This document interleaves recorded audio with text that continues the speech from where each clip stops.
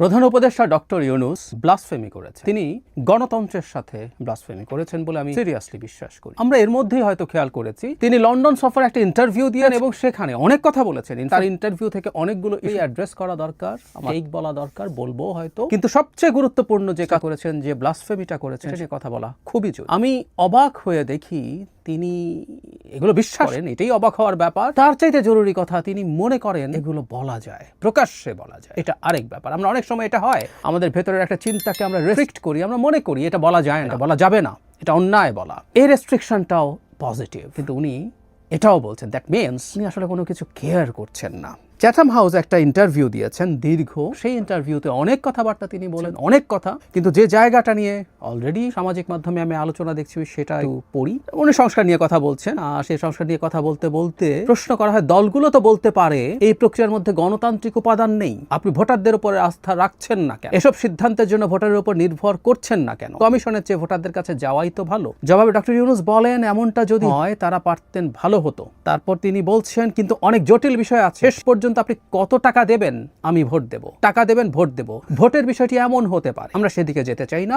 ভোটাররা এই বিতর্ক প্রতিদিন দেখছেন। তারপর তিনি বলছেন আর কি যে সবগুলো করে যদি দলের সম্মতির ভিত্তিতে পাওয়াগুলো নিয়ে তারা কাজবেন। আমি এই জায়গাটা আবার পড়ি, এমনটা যদি করতে পারতেন ভালো হতো, কিন্তু অনেক জটিল বিষয় রয়েছে। শেষ পর্যন্ত আপনি কত টাকা দেবেন, আমি ভোট দেব, টাকা দেবেন, ভোট দেব। ভোটের বিষয়টি এমন হতে পারে, আমরা সেদিকে যেতে চাই না। প্রশ্নকর্তা তাকে জিজ্ঞেস করছেন যে এটা তো ভুল না, কারণ হলো একটা সংস্কারে মূলত রাজনৈতিক দলগুলো, কতগুলো কমিশন তৈরি হয়েছে, তারা এগুলো নিয়ে সুপারিশমালা তৈরি করেছে, এগুলোর ভিত্তিতে একটা ঐক্যমত্য কমিশন এখন সবার সাথে, সব রাজনৈতিক দলের সাথে কথা বলছেন, এবং এই কথা বলার মাধ্যমেই এই সংস্কার কি হবে না হবে এটা বলা হচ্ছে।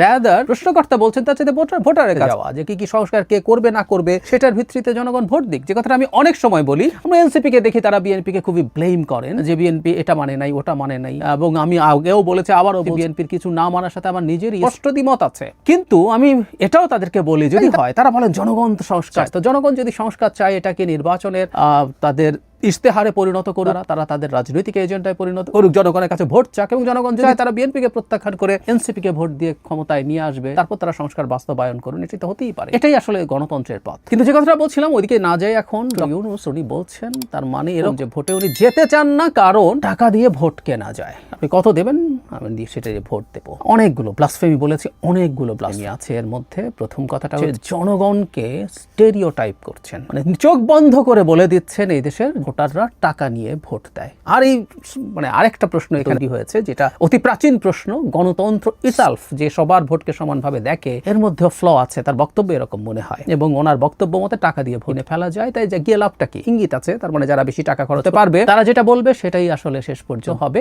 এই কারণে তিনি ভোটে যাওয়ার আগেই কিছু কাজ করে ফেলতে চান। আমি এটা মানি, বাংলাদেশের নির্বাচিত সরকারগুলো অনেকটাই রিফর্মকে খুব সঠিকভাবে নেয়নি, রাষ্ট্রের জন্য ভালো এমন রিফর্মও নেয়নি। আমাদের খুব গুরুত্বপূর্ণ উদাহরণ মাজদার হোসেন মামলার রায় 99 সালে হয়েছিল। আওয়ামী লীগের পর 2 বছর ক্ষমতায় ছিল, তারা বাস্তবায়ন করেনি। বিএনপি ছিল, তারা করেনি। 11 সরকার খানিকটা করেছে, এখনো অনেক কিছু বাকি আছে, ঠিক আছে, কিন্তু তারপরও আমরা একটা সিস্টেম যখন নেই, গণতান্ত্রিক ব্যবস্থা যখন নেই, তখন আসলে সব হয়নি। পৃথিবীতে কোনো ফুল প্রুফ সিস্টেম নাই, একেবারেই নেই। আসবো সেই জায়গায়। এখন টাকা নিয়ে কি ভোট জিতে যাওয়া যায়, এই আলাপ কিছুদিন আগে একবার একটা টকে একজনের সাথে হচ্ছিল। তিনিও মনে করেন জনগণ ওয়েল এডুকেটেড না, তারা ভোট দিয়ে প্রতিনিধি নির্বাচনের মতো যথেষ্ট সচেতন না, তাদেরকে এডুকেট করা দরকার। এটা আমি দ্বিমত করি না, জনগণ ভোট দেওয়ার ক্ষেত্রে এডুকেট করে তোলা দরকার আছে, কিন্তু টাকা দিলেই নির্বাচনে জিতে যাওয়া যায় আমি বিশ্বাস করি না। এই দেশের মানুষজনকে এরকম আন্ডারমাইন করার কোনো কারণ নাই। মানে খুব অল্প সংখ্যক মানুষই হয়তো টাকা নেন, নিয়ে থাকতে পারে, কিন্তু আমাদের ভোট টাকা দিয়ে পুরো ভোট দিতে যাওয়া যায়। যদি তাই হতো, আওয়ামী লীগ ভোট চুরিতে যেত না। আমি এদিন টকশোতে এই কথাটা বলছিলাম, এখনো এই কথাটা বলছি। তাদের এত টাকা আছে, তারা এই টাকা খরচ করে জিতে যেতেই পারতো, এবং একটা পার্টিসিপেটরি অ্যাকসেপ্টেবল ইলেকশনের মাধ্যমে থাকলে তারা কিন্তু থেকে যাওয়াটাই তাদের বেটার ছিল।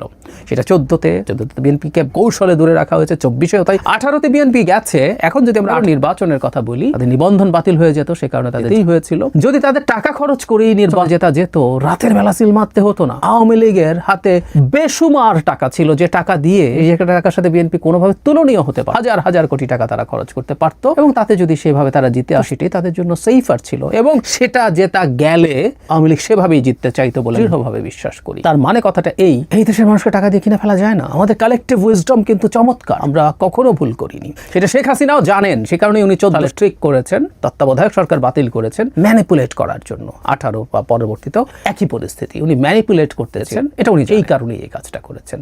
সুতরাং গণতন্ত্রে আমরা কোনো মানুষ টাকা নিচ্ছে কি নিচ্ছে না, কিছু মানুষ করুক না কেন, দিনের শেষে আমাদের জনগণ সঠিক সিদ্ধান্ত দেয়, এটা ফর শিওর। একেবারেই আমরা সব সময় দেখেছি ক্ষমতাসীন দল বাংলাদেশে ফেয়ার নির্বাচনে ক্ষমতায় টিকে থাকে, কারণ জনগণ তাকে সমস্যা দেখে তাকে সরিয়ে দিয়েছে। একটা কথা এখানে একটু যোগ করে রাখা ভালো, সেটা হলো গণতন্ত্রের ভাবে টাকা খাই বা না খাই ভুল সিদ্ধান্ত হতে পারে, but it's the part of the democracy. আমি একটা সিস্টেমের সুবিধা নেব, কোনো সমস্যা থাকলে সেটা চেষ্টা করবো কমাতে, কিন্তু কিছু কিছু সমস্যা থাকলে সেটাও আমাকে মানতে হবে। ব্যাপারটা এইরকমই। প্রায় বলা হয়, এটা খুবই কমন উদাহরণ, যে ব্রেক্সিট হলো, ব্রেক্সিটকে এখন মনে করা হয় যে সিদ্ধান্তটা সঠিক ছিল, এটা একটা ডেমোক্রেটিক ডিসিশন ছিল। তো এটা হতে পারে কিন্তু এটা সহই মেনে নিতে হবে। বলছিলাম যে অনেক পুরনো একটা তর্ক আছে, আলোচনা আছে, যা সক্রেটিসের এই আলোচনা শুরু করেছিলেন। পৃথিবীতে ডেমোক্রেসির সূতিকাগার যে গ্রিক সিটি স্টেটগুলো, এথেন্সে তখন অনেক সাধারণ ধরনের সিদ্ধান্তেও ভোট নিয়ে সেগুলো নেওয়া হতো, এবং uনি এটা পছন্দ করতেন না। ওই একই কথাই মনে করতেন যে এরা কি যে কে কি করবে সেটা যথেষ্ট। উনি একটা জাহাজের উদাহরণ দিতেন প্রায়, সেটা হচ্ছে যে জাহাজ যখন ঝড়ে পড়ছে তখন ওটার যিনি ক্যাপ্টেন আছে, তিনি জনগণের ভোট নিয়ে কি সিদ্ধান্ত নেবেন, করবেন নাকি উনি নিজের জ্ঞান বুদ্ধি দেবেন। যুক্তিটা ঠিক না, আসলে যুক্তি ঠিক না। কারণ হলো ওখানে এই ধরনের মানুষকে তার একটা সবকিছু মিলে, আমরা এখনকার কথা চিন্তা করি, কারো একটা একাডেমিক ব্যাকগ্রাউন্ড দেখে আমরা কাউকে দেই, কিন্তু মানে ডেমোক্রেটিক প্রসেস বা দেশ চালানোর জন্য কোনো কোর্স করে দেশ চালানো শিখিয়ে তারপর তাকে আমরা অ্যাপয়েন্ট করবো, প্রশ্ন তাহলে ওইটা আছে, অ্যাপয়েন্ট কে করবে, কিভাবে করবে, ওটা জেনে শুনে গিয়েও ভালো কিছু করবে? No way. সক্রেটিস এটাও বলতেন যে এই যখন ভোটের প্রশ্ন আসে তখন ডেমাগগরা পপুলিস্টরা ভালো করেন। ইয়াস, এগুলো আমাদের ডেমোক্রেসির ফ্লস। পৃথিবীতে ডেমাগগরা নির্বাচিত হচ্ছে, পপুলিস্টরা নির্বাচিত হচ্ছেন, এগুলো সব মেনে নিয়ে আবার ডেমোক্রেটিক প্রসেসের মধ্যে থাকলেই এগুলো শুধরে আসার সুযোগ থাকে, সম্ভাবনা থাকে। ডেমোক্রেসি থাকলেই একজন ডিক্টেটর স্থায়ী হয়ে যেতে পারে না, ডিক্টেটর ক্ষমতায় যেতে পারে। আমরা একবার আউস্টেড হয়েছেন, আবার গেছেন, কিন্তু আউস্টেডও হয়েছেন নির্বাচনের মাধ্যমে। ভারতে বিজেপিরও নির্বাচনে ভরাডুবির সম্ভাবনা আছে যতদিন ওখানে নির্বাচন ব্যবস্থা থাকবে। ভারতের ওই সাধারণ ভোটাররাই, যাদেরকে টাকা পয়সা বেলানো হয়, তারাই মোদিকে সরিয়ে ফেলতে পারেন।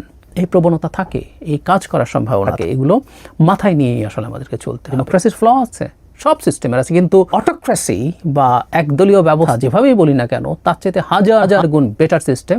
এটা আমাদের জার্নিতে আমরা বুঝেছি, সারা পৃথিবীর জার্নিতে বুঝেছে। কোনো অল্টারনেটিভ পাওয়া যায়নি, আর কোনো অল্টারনেটিভ যাবে বলে মনেও হয় না। কিন্তু যে কথাটা বললাম, ডক্টর ইউনূসের যেটা সবচেয়ে বড় গর্হিত অপরাধ, যে কারণে এটা ব্লাসফেমি, কেউ যদি ডেমোক্রেটিক সিস্টেমে বা ব্যবস্থায় বিশ্বাস করে, সে কতগুলো প্রশ্ন আসলে তুলতে পারবে না। জনগণ ভোট দেয়, ভোট দিয়ে কাকে নির্বাচন করলো, ও কি ভালো না খারাপ, ও যদি ভালো বা খারাপ না হয় আমি গায়ের জোরে কিছু কাজ করে যেতে চাই, বা আমি গায়ের জোরে আরো ক্ষমতায় থেকে যেতে চাই, যে কথাটা আমাদের কিছু তথাকথিত শিক্ষিত, আমি তাদেরকে শিক্ষিত মানুষ বলে মনে করি না, পাশ দেয়া মিডল ক্লাস বলার চেষ্টা করে, যেহেতু রাজনৈতিক দলগুলো এটা করতে পারে, সো ডক্টর ইউনূস থেকে 5 বছর থেকে এটা করে যাবেন। যদিও পারফরম্যান্স ইজ ভেরি ব্যাড, আমি ধরে কথা বলবো। এখন আমার মনে হয় কেন ডিসেম্বরের বেশি আসলে তাদের থাকাই উচিত না। তো যাই হোক, তিনি যদি ভালো করতেন তারপর লাভ হতো না। আর আমাদের তো আসলে এটা এখন খুব পোর্ট্রেট হলো বিভিন্ন ক্ষেত্রে সফল মানুষদের দ্বারা একটা সরকার আচালিত করেছে, একদম চোখের সামনে ফিল করেছে, এবং আমরা নির্দ্বিধায় বলে দিতে পারি যে কেউ আমার নাম দিয়ে লিখে নিন, এটা বিএনপি বা কোনো রাজনৈতিক, ধরুন জামায়াত, বিএনপি, যে কেউ, এনসিপি ক্ষমতায় আসলো, জনগণের ভোটে